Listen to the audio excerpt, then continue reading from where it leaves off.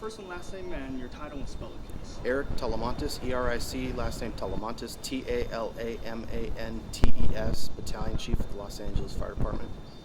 Can you walk me through what's happening here in UCLA? This morning, shortly after 2 in the morning, we responded to the report of a fire alarm activated here at UCLA in one of the buildings. The first arriving engine company did an investigation, found that there was a broken sprinkler head in one of the restrooms that had somehow been activated in the middle of the night.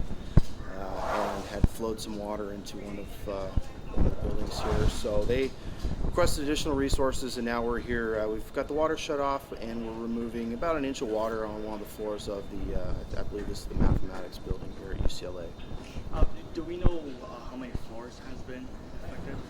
Right now, most of the water damage is limited to one floor here in the building.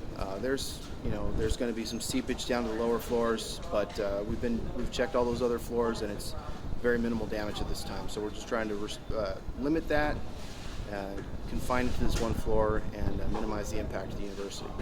So how many crews is it taking to essentially take care of this? We've got 3 companies here working right now, and I think that we should be able to handle it with that. Does that mean how many firefighters? Let's see, I'm going to have 16 firefighters here at this time. And how long is it taking to get a result? Any challenges or? No, fortunately because the alarm activated and we responded from right up the street, we were here pretty quickly, got the water shut off in a timely manner. We were able to limit the amount of damage to the building. So there's only about an inch of standing water here in one of the floors, so we should be able to handle this within about an hour or so. UCLA has their own facilities, folks that are on their way in from home, and we'll be handing that off to them to finish the cleanup and dry everything out.